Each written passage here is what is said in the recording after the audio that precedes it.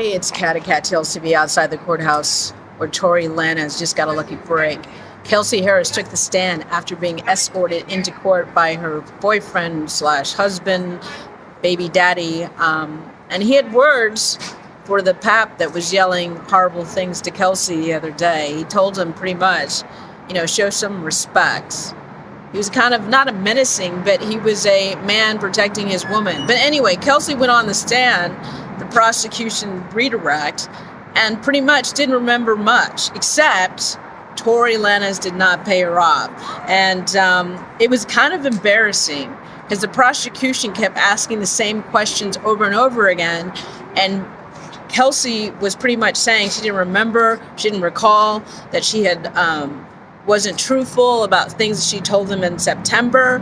When the defense side had their chance to question Tory again, I'm so sorry. When the defense side had the chance to question Kelsey again, it was really interesting because they made it very, very clear that, one, no one from Tory's side had contacted her in any way, had paid her off in any way.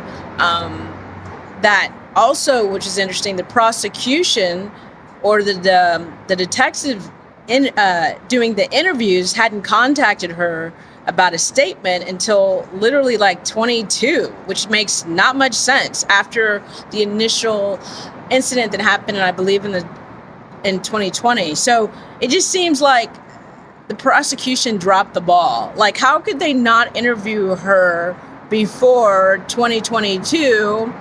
I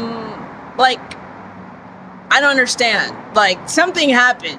But literally, I was watching the jury, and the jury was not paying attention to the prosecution. They looked like they were bored.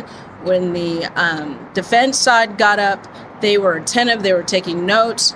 The defense attorney was very clever because he was talking directly to the jury. The prosecution didn't. They were looking at Kelsey, and because the lady was frustrated. You know what I mean? The prosecution realized that their witness was not telling the jury what they told them when they had a private meeting in September. So instead of, composing themselves, they just kept trying to get Kelsey, and Kelsey kept saying, I don't remember, I don't recall. She wanted to plead the fifth the other day. The prosecution wouldn't allow her to do that. So the defense side said, were you offered immunity if you told your testimony? And she said she was. So it just felt like a big hole just went into the prosecution of Tory Lanez's case. I don't know, literally what happened, except to say Kelsey was like a witness for the defense, not the prosecution. I forgot the word because I'm so tired. But if I think of it, I'll write it down later. But I haven't had much sleep. I've been shooting the court for several weeks now. There's also Harvey Weinstein case going on, and that is on hold till Monday. And the word on the street is that's going to be a mistrial because there were notes given to the jury that the public wasn't made aware of. So there was some weird stuff going on in the Harvey Weinstein case. So I'm thinking it's going to be another mistrial. I guess on the 9th floor, they have a lot of mistrials because Danny Masterson had a mistrial when I was covering that case. And now it looks like Harvey Weinstein is going to get a mistrial in his case. So again, I'm just trying to look over my notes. But it's also, I want to say about Megan and Kelsey, their friendship is over. And it seems like Kelsey was accusing Megan of backstabbing her and seems to be really upset still. And she didn't like what Megan was putting out in the media, allegedly, and vice versa. And if people thought there was going to be a girl code on this, there's not.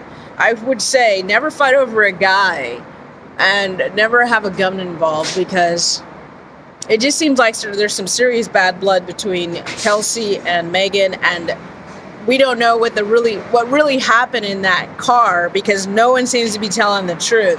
What we did find out is that Megan had injuries to both of her feet. She had gun fragments in both feet, and some fragments are still in her feet. They couldn't take them out because it would cause more damage. That's according to one of the witnesses, who's a doctor who worked on Megan's feet. I have his name somewhere in my notes, but I need to keep this short. But there was a lot of sidebars, and his name was Dr. Lee Haruno, if I'm saying his name right, and he works at Cedars-Sinai. So anyway, I'm just looking at my notes as I go through this really quick. By the way, Kelsey had her attorney in with her, and he was interrupting a couple times to make sure she didn't say anything she wasn't supposed to say. So there was questions about perjury and immunity and things like that. So it was a very interesting morning, and it's going to get interesting when we go back in. So again, this is Kat at Kattalestv giving you what's happening at the courthouse. But yeah, Kelsey doesn't remember. In September, I keep doing that joke, but Earth, Wind, and Fire comes to mind because everything happened in September early this year, but Kelsey doesn't remember September. That's my joke. I hope you guys don't mind. Yeah, there was something about the beef handling. Kelsey didn't like how the beef between her and Megan was handled in the social media also. And Kelsey also said something about, she told the prosecution a lot of things that weren't true. And she said that she felt a lot of pressure, but she didn't say who from, except hinting for a while. People were wondering if she meant Tory, but she kind of hinted she was talking about the prosecution and also, I guess, the social media pressure. And she kept repeating she didn't want to be here. I'm looking at my notes. So I guess in September, she told the prosecution that Tory fired the gun, but then when she was asked again by prosecution, she said she didn't remember saying that. And also, the defense did something very clever. They were talking to the jury. I noticed that the prosecution really wasn't. I think I said that before, but it's really important to sell your case to the people that are making the decisions. And if you're ignoring the jury, you're stupid. The other thing is, there's a juror on this case that keeps coughing and he's not wearing a mask. Let me just remind you, we are in cold and flu season. There's RV, whatever it's called, that virus, the respiratory virus is going on, the kids are getting.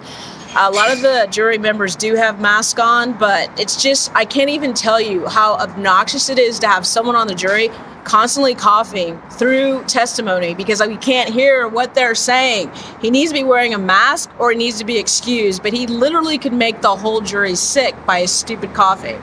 That's just something that I just wanted to say. So that's it. So sorry for being long-winded. I sound like a preacher saying it's going to be a short sermon when it's not. All right? Kattalestv. Check out my other videos because I've covered tons of court cases. Jeffrey Epstein, Harvey Weinstein in New York, Harvey Weinstein here, Danny Masterson. Did I say R. Kelly in New York? Conor McGregor. I've done a lot of court cases. Also, the college scandal in Boston I covered too. So check that out on my YouTube page, and I'll be uploading more videos when I can. But again, I'm fucking exhausted. And if any of you guys want to send me a laptop because my laptop crashed, feel free, or send me some money. I'm on PayPal. I think it's under Kattalestv@AOL.com, but we'll see.